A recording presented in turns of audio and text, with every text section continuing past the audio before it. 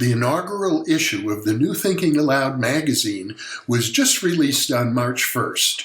You can download a free PDF copy from the New Thinking Aloud Foundation website.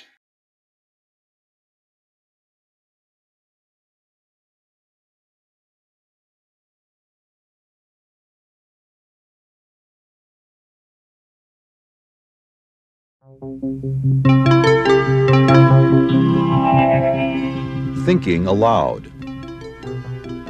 Conversations on the leading edge of knowledge and discovery with psychologist Jeffrey Mishlove.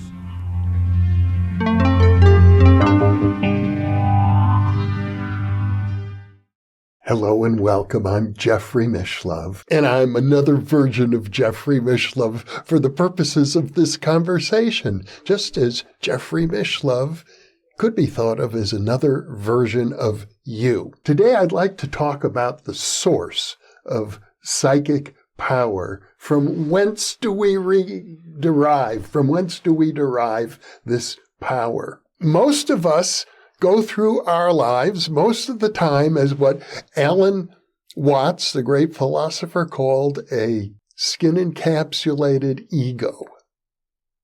We don't think of ourselves as psychic. We're connected to our small self. We don't normally think that we have these abilities. I certainly don't. Now, I know that other people who are professional psychics may view it differently, and I hear from people who are very gifted, and they think of it differently. But most people don't consider themselves as particularly psychic at all. Back in 1976, when I attended a conference sponsored by the Parascience Foundation at the University of London, this is the conference where I met Ted Owens, the PK man, and began a decade-long research project with him. There was another speaker at that conference, a woman named Suzanne Padfield. Suzanne Padfield was a very highly respected British psychic. In fact, she was the wife of a very eminent British physicist named Ted Baston, who was also very interested in the paranormal. I suppose that had something to do with the fact that he married this woman. He developed some theories concerning the paranormal, but she herself was gifted. She started out having poltergeist activities, and she assumed that these are caused by spirits, which gave her a feeling of comfort because, after all, she didn't conceive of herself as a person who could do psychic things. But eventually, she learned that she could, and she gave up the belief that it was spirits doing these things. Suzanne Padfield worked for 10 years with Benson Herbert, who was the founder of the Paraphysics Lab in England and operated for many years back in the 1960s and 70s. He was very prominent and well-known. He even published the Journal of Paraphysics. He did excellent research. He studied Suzanne Padfield for about a decade. She was noted for having, amongst other things, solved a crime, a murder that took place 1,700 miles away in Russia and around Moscow. But she also was known for doing something quite extraordinary, bending a beam of light under strict laboratory conditions. A remarkable feat which she did on multiple occasions, and it was studied very intensively at that laboratory. So the upshot of all of this is that Suzanne Padfield came to accept that she herself was the source of her psychic power.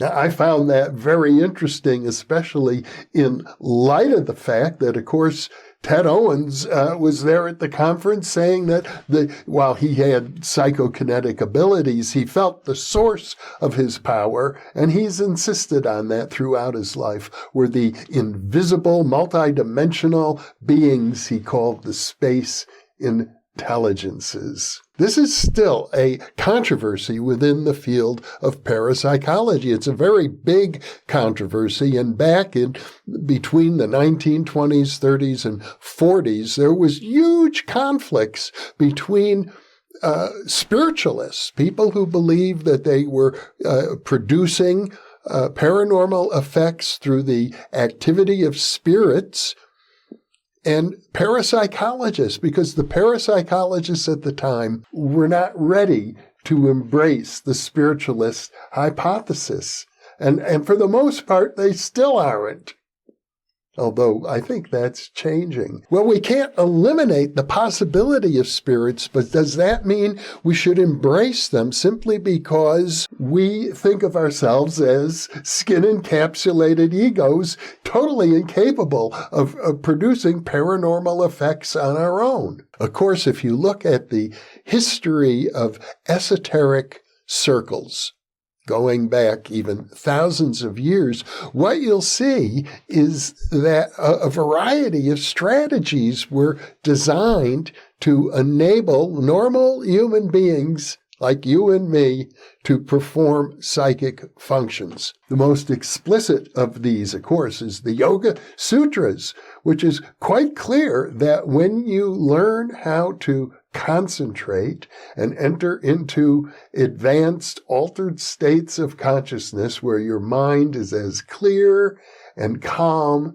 as the surface of a lake on a peaceful day that can reflect perfectly the environment around it, that all sorts of powers or siddhis open up to you. And they do that because of the fundamental equation of Hinduism, Atman equals Brahman. The deepest part of yourself is the equivalent to the essence of the whole universe. So, given that equation, why do we need to have psychic power only activated through the intervention of occult forces, spiritual entities, extraterrestrials, other dimensional beings, deities, aliens, etc.? That is the horns of the dilemma that we face when we look deeply at this question. Now, I studied Ted Owens for years. He claimed that he did have psychokinetic abilities. He's had them, I think, really, since he was a young person. He describes the events in his youth that suggest he was born with a certain amount of talent and into a family that was accustomed to psychic functioning. But he claimed that his abilities only opened up after some sort of paranormal contact with higher dimensional entities. How can we dispute that? That's his experience. And yet, on the other hand, when it comes to empirical science, the evidence for the existence of any of these invisible entities is iffy. I certainly don't mean to discount it entirely. It's quite possible, and I'm inclined to think we live in a world where human beings, living human beings with their brains, have a certain amount of psychic functioning simply by virtue of being human, by having a mind and a body. I think everybody's body, for example, functions as a psychic antenna. So the question is, what are the limits of individual psychic activity? I like to bring up at this point a fascinating case from the 1970s that came out of Toronto. There was a society, the Toronto Society for Psychical Research, where this experiment originated. It has become the subject of a book, Conjuring Up Philip. And This is a situation in which the group of paranormal researchers in Toronto decided to emulate certain strategies developed by a researcher in England named Kenneth Batchelor. Batchelor showed that he could replicate certain types of paranormal phenomena, like table levitation, by developing a protocol that emulated what he perceived to be the procedures used by the 19th century spiritualists, which was basically to get together, sing songs, tell jokes, and enter into kind of a group altered state of consciousness that allowed these things to occur. So the group in Toronto wanted to see if they could distinguish between their own innate abilities and the abilities that might be due to a spirit of some sort, an invisible agency, an occult entity. So they created an imaginary story about a ghost named Philip, who died tragically, as you might experience in a Gothic romance, and was still haunting the barricades of the castle where he died. And so that's the story. And they sat in a circle, like a typical spiritualist group holding a seance, and they began to receive table rapping, which was very common. In fact, the whole spiritualist movement began in the 19th century in Hydesville, New York, with the Fox sisters, who were known for table rapping. That's a very controversial story, and maybe someday I'll go into greater detail about the Fox sisters.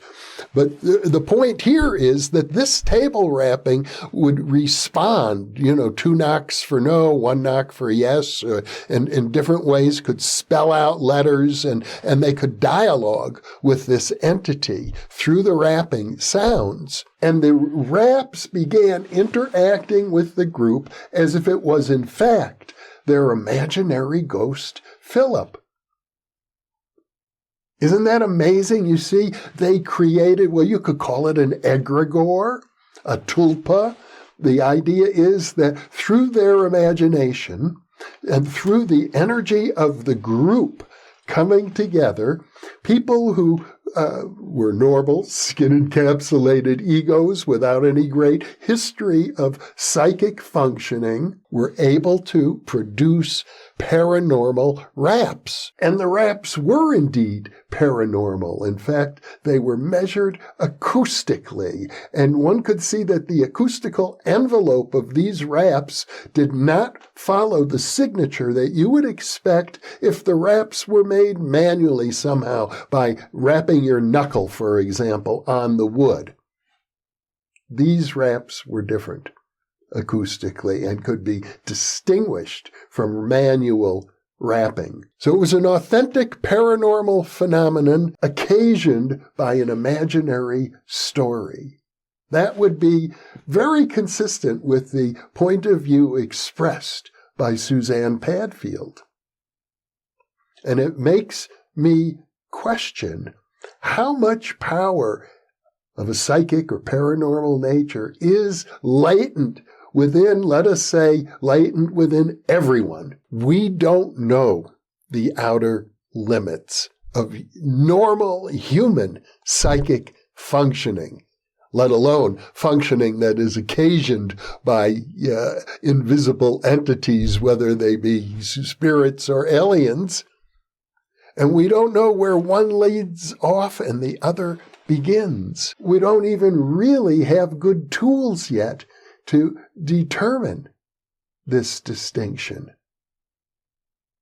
I'm reminded of a statement made by Terence McKenna, the great psychedelic explorer, who at one time talked about the images that people were having of aliens, particularly under the influence of psychedelic drugs. People encountered spiritual beings under psychedelics, and Terence McKenna said, well, these beings looked so strange. They looked like beings from another planet, truly. And Terence said, are we so alienated from our own depths that when we see who we really are, we think it must be an extraterrestrial? Perhaps he's referring, one might say, the daimon,